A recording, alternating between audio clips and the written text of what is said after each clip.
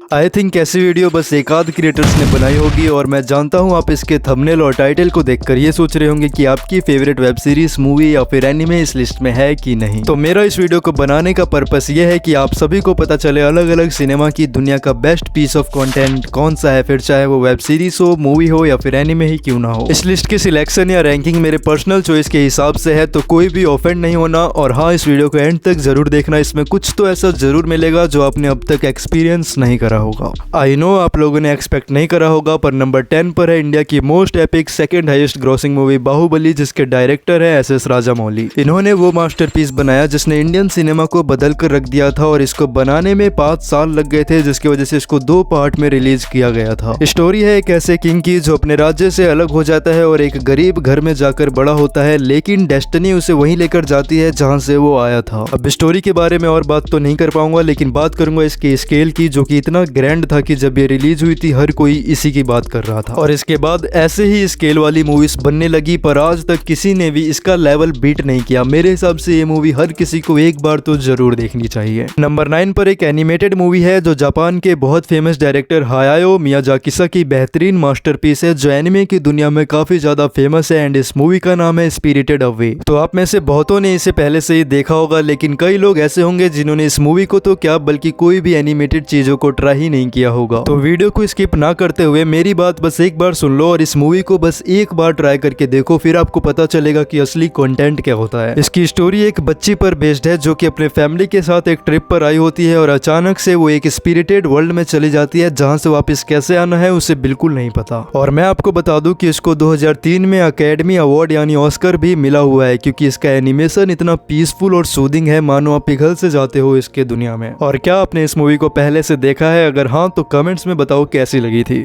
2018 के April month में infinity war movie देखने के बाद सब वेट कर रहे थे एंड गेम का, एंड जब 2019 में वो रिलीज हुआ मानो सिनेमा वर्ल्ड ने पीक महसूस किया हो। इसकी कहानी तो आपको पता ही होगी, और अगर नहीं पता तो भाई छोड़ दो मूवीज देखना। और भाई मुझे नहीं लगता कि अब मार्वल फिर से ऐसा कुछ बना पाएगा। ये मूवी जो स्टोरी और इमोशंस होल्ड करती है वो कोई और सुपर हीरो मूवीज नहीं कर पाती, भले वो मार्वल की ही क्यों ना हो। तो बहुत सारे लोगों का एनिमे से इंट्रोडक्शन इसी एनिमे से हुआ होगा, और जिस माइंड ब्लोइंग एनिमे की मैं बात कर रहा हूँ उसका नाम है डेथ नोट। ये एनिमे लाइट यागामी की कहानी है जो कि एक इंटेलिजेंट हाई स्कूल स्टूडेंट है, और एक दिन इसे एक नोटबुक मिलती है डेथ नोट नाम की, एंड उस बुक में किसी का भी नाम लिखने से वो इंसान मर जाता है। और लाइट यागामी एक पीसफुल वर्ल्ड बनाने के लिए उस बुक का यूज करना चाहता है, लेकिन एक लेजेंडरी डिटेक्टिव एल उसके रास्ते का रोड़ा बन के आ जाता है। इस एनिमे को देखते वक्त हम सभी अपने अकल के घोड़े दौड़ाते हैं, लेकिन हम कितने भी इंटेलिजेंट क्यों ना हो आप इसके प्लॉट ट्विस्ट को गैस नहीं कर पाओगे। इस एनिमे की ताकत है इसके 2 कैरेक्टर्स लाइट यागामी और एल, जिन्हें देख के हमें ये फील होता है कि इंसान का दिमाग कितना कैपेबल है। इतना सब सुनने के बाद भी अगर आपने इस मास्टरपीस को नहीं देखा तो एक बेस्ट एक्सपीरियंस मिस कर दोगे। लॉकडाउन में जब लोगों ने वेब सीरीज देखना शुरू किया था तब से लेकर आज तक सिर्फ एक ही शो है जिसके न्यू सीजन या एपिसोड्स का वेट ही नहीं होता, एंड उस वेब सीरीज का नाम है स्ट्रेंजर थिंग्स। डफर ब्रदर्स यानी कि इस शो के क्रिएटर ने 2016 में सिनेमा वर्ल्ड में कुछ ऐसा रिलीज किया था जिसने ना केवल वेब सीरीज को प्रमोट करा था बल्कि नेटफ्लिक्स जैसे प्लेटफॉर्म को भी अच्छे से इंट्रोड्यूस करा था। स्टोरी है हॉकिंस नाम के एक शहर की जहां एक विल नाम का लड़का मिसिंग हो जाता है, एंड फिर उसके दोस्त उसे ढूंढने निकलते हैं, जहां उन्हें एक लड़की मिलती है 11 नाम की, और फिर उन्हें कुछ ऐसा पता चलता है जिसके बाद ये बस एक नॉर्मल मिसिंग केस नहीं रह जाता। इसके कैरेक्टर्स इतने अच्छे हैं कि हर कैरेक्टर से आपको लगाव सा हो जाएगा, और कहानी इतनी ज्यादा एंगेजिंग है कि एक एपिसोड भी लगाया तो सारे सीजन देख कर ही हटोगे। अब आता है एक ऐसा शो जिसको समझ पाना हर किसी के बस की बात नहीं। टाइम ट्रेवल जॉनरा पर इससे ब्रिलियंट शो तो आज तक बन ही नहीं पाया है, और मैं गारंटी देता हूँ ना कभी बन पाएगा। जी हाँ, मैं बात कर रहा हूँ नेटफ्लिक्स के one of the best show dark की। भाई साहब, तुम्हारा दिमाग जहाँ तक सोच सकता है ये सीरीज उससे काफी ज्यादा ऊपर तक का ऑलरेडी दिखा चुकी है। टोटल 3 सीजन है इसके, और मैं आपको बता दूं कि कमजोर दिमाग वाले इससे दूर रहे, और अगर देखने का मन बना ही लिया है तो कॉपी और पेन साथ लेकर बैठना। इस शो की कहानी है जर्मनी के अंदर एक छोटा सा टाउन था जिसके अंदर 2 बच्चे गायब हो जाते हैं। फिर उनकी जांच पड़ताल चलती है कि वो दोनों बच्चे गए कहाँ। तो ये पता चलते चलते अचानक से शो में टाइम ट्रेवल आ जाता है, और टाइम ट्रेवल आने के बाद ये शो की कहानी कहाँ चली जाती है भाई आप इमेजिन नहीं कर सकते, इतना हाई लेवल चला जाता है। इस सीरीज में हर एक सेकंड आप टेंशन में रहोगे कि यार अब आगे क्या होगा इसमें। मेरे ख्याल से ये टाइम ट्रेवल जॉनरा का बेस्ट कंटेंट है अब तक का। स्पेस वर्ल्ड में कई मूवीज आई और गई, लेकिन एक मूवी है जो 2025 में री रिलीज होने के बाद भी इतनी क्रेजी चली कि नई मूवीज भी इसके पीछे रह गई। मैं बात कर रहा हूँ क्रिस्टोफर नोलन की डायरेक्टेड मूवी इंटरस्टेलर मूवी के बारे में। फ्यूचर में अर्थ रहने लायक नहीं रहने वाला, इसलिए एक नासा पायलट कूपर को स्पेस में भेजा जाता है एक न्यू होम ढूंढने के लिए। अब अपनी फैमिली को अर्थ पे ही छोड़कर वो स्पेस में निकल जाता है, लेकिन स्पेस में बहुत कुछ ऐसा हो जाता है जो कि इंसानों ने कभी सोचा ही नहीं होता। इस मूवी को ऑस्कर मिला है इसके कमाल के विजुअल्स के लिए। इमोशंस भी काफी भरी है इस मूवी में, खास करके डॉटर और फादर के बीच। हो सकता है ये मूवी आपको समझ ना आए, लेकिन एक बार ट्राई जरूर करना। तो टॉप 3 की शुरुआत करते हैं, लेकिन उससे पहले मैं आपको याद दिलाना चाहूंगा कि भाई चैनल को सब्सक्राइब कर लो ऐसे ही क्वालिटी कंटेंट देखते रहने के लिए। तो टॉप 3 की शुरुआत करते हैं इस वर्ल्ड की ग्रेटेस्ट शो एवर क्रिएटेड से, जिसका नाम है ब्रेकिंग बैड। वॉल्टर वाइट एक ओल्ड केमिस्ट्री टीचर, एक दिन उसे पता चलता है कि उसे लंग्स कैंसर है और वो मिलता है एक बंदे से जो कि ड्रग डील करता है, और उनकी कन्वर्सेशन में क्रिएट होता है सिनेमा का मोस्ट एपिक डायलॉग।